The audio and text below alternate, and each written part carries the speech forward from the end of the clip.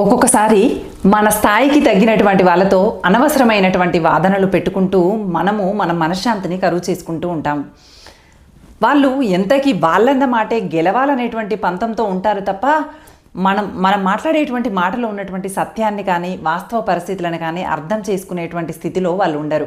ఇలాంటి వాళ్ళతో వాదిస్తే ఏం జరుగుతుంది, మరి అలాంటి అంశాల నుండి ఎలా దూరంగా తప్పుకోవాలి మొదలైనటువంటి అంశాలన్నింటినీ కూడా నేటి వీడియోలో మనం చర్చించుకుందాం.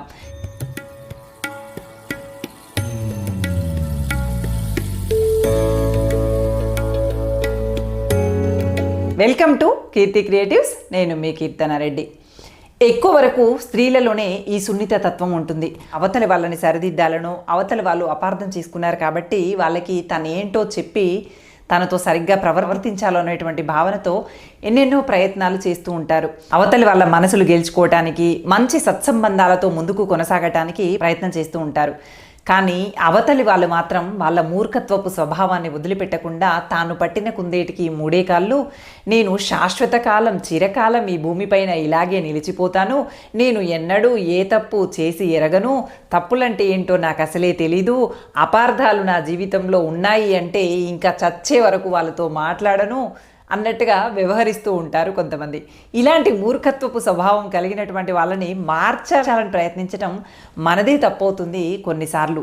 ఎందుకు అంటే అప్పటి వరకు మనం మనశ్శాంతిగా, ప్రశాంతంగా, ఆరోగ్యంగా, మనదైనటువంటి ప్రపంచంలో ఆనందంగా కలిసి జీవిస్తున్నటువంటి మనము అవతలి వాళ్ళు మూర్ఖత్వపు స్వభావం కలిగినటువంటి వాళ్ళని తెలియక అయ్యో వాళ్ళ మనసు నొప్పించామో ఏమో, వాళ్ళని మళ్ళీ మనతో కలుపుకొని ముందుకు నడవాలి, మనుషులన్నాక చిన్న చిన్న తేడాలు సహజంగానే వస్తాయి కదా, ఇది అలాగే వచ్చిందేమో అన్నట్టుగా మనం అవతలి వాళ్ళతో కలిసి పయనం కొనసాగించాలనేటువంటి ఉద్దేశంతో మీరుంటారు.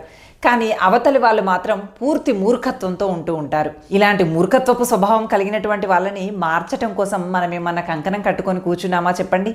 ఇలాంటి వాళ్ళని మార్చాలి అంటే అసాధ్యమనే చెప్పాలి. ఎందుకంటే వాళ్ళు వాస్తవ పరిస్థితుల్ని అర్థం చేసుకోవడానికి సిద్ధంగా ఉండరు. వాళ్ళు చెప్పిందే నిజమని నమ్మటం కోసం, వాళ్ళు చేసిందే సరైంది అని చెప్పి ఒప్పించటం కోసం ప్రయత్నం చేస్తారు తప్ప తాము అంతఃపరిశీలన చేసుకోవటం కానీ, తప్పు ఒప్పులు అనేవి సహజంగా జరిగిపోతూ ఉంటాయని, తప్పులను సరిదిద్దుకోవటమే జీవితమని, మనుషులను మన్నించటము, క్షమించటము, ముందుకు కలిసి కొనసాగటము అనేటువంటిదే అసలైనటువంటి మానవత్వపు హృదయం అనేటువంటి విషయము వీళ్ళకి ఎప్పటికీ అర్థం కాదు. ఎందుకు అంటే పూర్తి మూర్ఖత్వపు స్వభావంతో ఉన్నటువంటి వాళ్ళు కాబట్టి వాళ్ళు చెప్పిందే సరైంది అని చెప్పి లోకాన్ని నమ్మించటానికి, ఎదుటివారిని నమ్మించటానికి ప్రయత్నం చేస్తూ ఉంటారు. కాబట్టి వాళ్ళని మార్చటం ఎవ్వరి వల్ల కాదు. అందుకని మీ జీవితంలో కనుక ఇలాంటి వాళ్ళు తారసపడితే వారికి ఎంత దూరంగా ఉంటే మీరంత మనశ్శాంతిగా, అంత ఆరోగ్యంగా కూడా ఉంటారు. వాళ్ళని మార్చాలని మనం ఎంత ప్రయత్నం చేస్తున్నప్పటికీ వాళ్ళలో మార్పు రాకపోగా మనల్ని అంత తప్పుడు మనుషులుగా చూపించడానికి ప్రయత్నం చేస్తూ ఉంటారు. ఈర్ష్య, ద్వేషంతో కళ్ళల్లో నిప్పులు పోసుకుంటూ వ్యవహరిస్తూ ఉంటారు. ఇలాంటి వాళ్ళని మార్చడం కోసం మనం ఎందుకు ప్రయత్నం చేయాలి చెప్పండి? వీలైతే వాళ్ళలో ఉన్నటువంటి మూర్ఖత్వపు స్వభావాన్ని ఎప్పుడైతే కనిపెట్టారో అప్పుడే వాళ్ళకి ఆమడ దూరం జరగండి. ఎందుకంటే వాళ్ళ లోపల మార్పు అనేది ఎప్పటికీ రాదు. వాళ్ళని మార్చటం కోసం మనం ఏమైనా పుట్టామా? ఇలాంటి వాళ్ళు వాదనలకు దిగుతూ తాము చేసిందే సరైంది అని చెప్పి చాటి చెప్పుకోవటం కోసం ప్రయత్నిస్తూ ఉంటారు. వాస్తవ పరిస్థితులను అర్థం చేసుకోవటం కానీ, సత్యాన్ని అంగీకరించేటువంటి విశాల దృక్పథం కానీ వీరి లోపల ఉండదు. కాబట్టి మనం వీరిని దృష్టిలో పెట్టుకొని కనుక ముందుకు కొనసాగేమే అంటే మన మనశ్శాంతి మొత్తం కరువైపోతుంది. అంతేకాదు మన ఆలోచన తీరు కూడా, మన ప్రవర్తన తీరు కూడా మారిపోయేటువంటి అవకాశం ఉంటుంది. అందుకని ఇలాంటి వారు ఎంత దగ్గరి సన్నిహితులైనా పర్వాలేదు, ఎలాంటి వ్యక్తి అయినా పర్వాలేదు, మన జీవితంలో ఎలాంటి సంబంధం ఉన్నటువంటి వ్యక్తి అయినా పర్వాలేదు, వీళ్ళతో ఎంత వాదించకుండా ఉంటే అంత మంచిది. వీళ్ళ వాదన తప్పు అని మీకు తెలుస్తున్నప్పటికీ, మీరు చెప్పిందే సరైంది, సత్యము, వాస్తవ పరిస్థితులను వారు అర్థం చేసుకోలేకపోతున్నారు అని మీకు తెలిసినప్పటికీ కూడా వీళ్ళతో వాదన వల్ల మీరే నష్టపోతారు. ఉదాహరణకి ఒక కథని చెప్తాను మీకు. ఒక 2 మేకపిల్లలు ఉన్నాయట. ఇవి 2 దాహం వేస్తుందని చెప్పి చెరువుగట్టున నీళ్లు తాగటం కోసం కలిసి చెరువుగట్టు దగ్గరికి వెళ్ళాయట. అప్పుడు తెలివి అయినటువంటి, అతి చురుకైనటువంటి మేకపిల్ల అతి దూరం నుండే గమనించి అక్కడ రాయిలాగా కనిపిస్తున్నటువంటిది వాస్తవానికి రాయి కాదు, అది మొసలి అని కనిపెట్టి తన పక్కనున్నటువంటి స్నేహితురాలతో చెప్పిందట. లేదు, మనం ఇప్పుడు నీళ్లు తాగటానికి కనుక వెళితే ఆ రాయిలాగా కనిపిస్తున్నటువంటిది రాయి కాదు, అది ముసలి, మనల్ని పట్టి తినేస్తుంది, మనం వెళ్ళకూడదు అని చెప్పి హెచ్చరిస్తుందట మేకపిల్ల. కానీ రెండో మేకపిల్ల లేదు లేదు అది రాయే, ఎట్టి పరిస్థితుల్లో ముసలి కాదు, నువ్వు భ్రమపడుతున్నావు, ఇప్పుడు దాహంగా ఉంది, వెంటనే వెళ్ళి మనం నీళ్లు తాగుదాము అని చెప్పి రెండవ మేకపిల్ల వాదిస్తూనే ఉందట. వాస్తవానికి చాలా చురుకైన తెలివి కలిగినటువంటి మేకపిల్ల దూరం నుండే తప్పు ఒప్పులను ప్రమాదాలను అంచనా వేయగలిగింది. ఇప్పుడు నీళ్లు తాగటం సరైనటువంటి పని కాదు అని చెప్పి పసిగట్టగలిగింది. కానీ తనకే తెలివితేటలున్నాయని, తను చెప్పిందే వాస్తవమని, తను చూసిందే నిజమనేటువంటి మూర్ఖత్వపు స్వభావంతో ఉన్నటువంటి రెండో గొర్రెపిల్ల తన మాట వినకుండా లేదు లేదు ఇద్దరం కలిసి వెళ్దాము, నీళ్లు తాగుదాము అని చెప్పి ఎంతో బలవంత పెట్టిందట. ఎంత బలవంత పెట్టినప్పటికీ కూడా అతి చురుకైనటువంటి తెలివి కలిగినటువంటి మొదటి మేకపిల్ల నేనైతే ఎట్టి పరిస్థితిలో రాను, నువ్వు కూడా వెళ్లకుండా ఉండటమే మంచిది, నేనైతే ఇక్కడుండి కదలను అని చెప్పి తిష్ట వేసుకొని అక్కడే నిల్చుండిపోయిందట.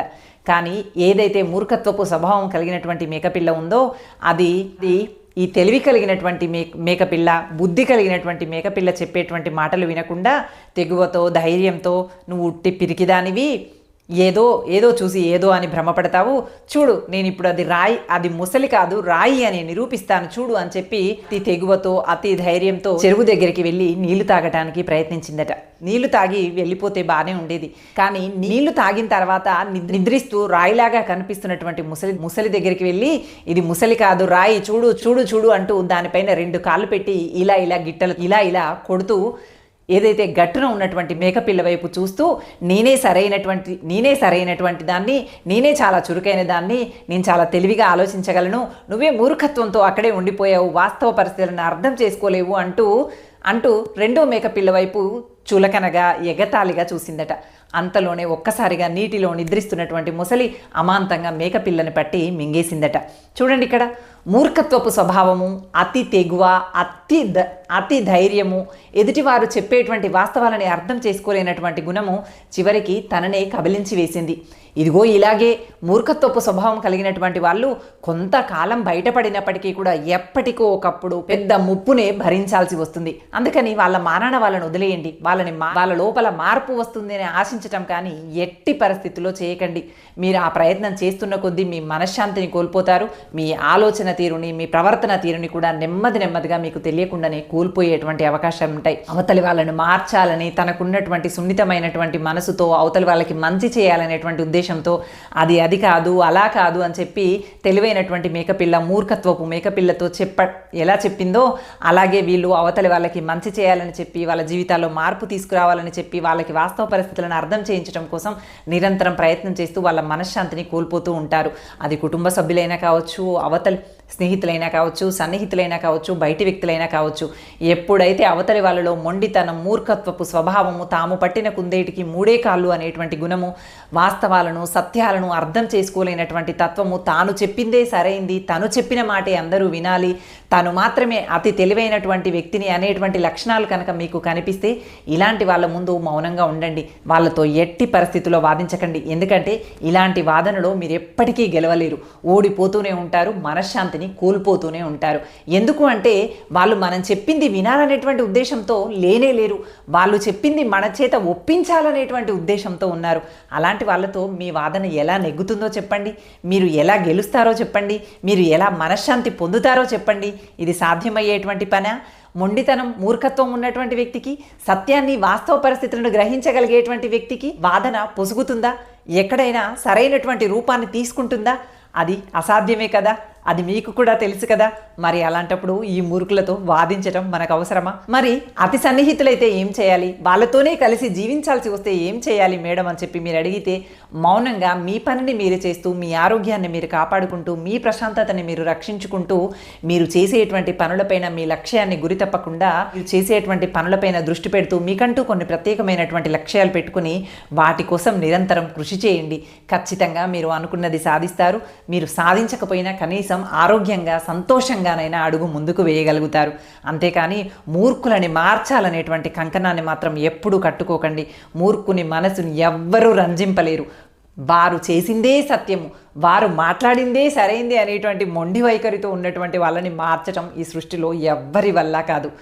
అందుకోసమని మీ ప్రశాంతతకి దూరం అవ్వకుండా ఉండటం కోసం చుట్టూ ఉన్నటువంటి పరిస్థితులను అంచనా వేస్తూ మూర్ఖత్వపు స్వభావం కలిగినటువంటి వాళ్ళకి దూరం జరిగేలాగా వాళ్ళతో కలిసి బ్రతకాల్సినటువంటి పరిస్థితులు ఏర్పడినప్పుడు మౌనంగా మన పనులు మనం చేసుకునేటువంటి ధోరణిని అలవాటు చేసుకుంటూ ప్రశాంతమైనటువంటి జీవితాన్ని పొందేటువంటి ప్రయత్నం చేద్దాం. ఎవరు కూడా తెలివి తక్కువ మేకపిల్లలాగా మేకపిల్ల తన జీవితాన్ని తాను కబలించి వేసుకున్నట్టుగా మూర్ఖత్వపు స్వభావంతో మన జీవితాలని మనం కబలింప చేసుకునే విధంగా ప్రవర్తించకుండా మూర్ఖత్వపు స్వభావాలకి దూరంగా వాస్తవ పరిస్థితులకి సత్యానికి దగ్గరగా జీవించేటువంటి ప్రయత్నాలు చేస్తూ మనమంతా ఎల్లప్పుడూ సానుకూల దృక్పథంతో ముందుకు సాగాలి అని కోరుకుంటూ thank you for watching. Bye.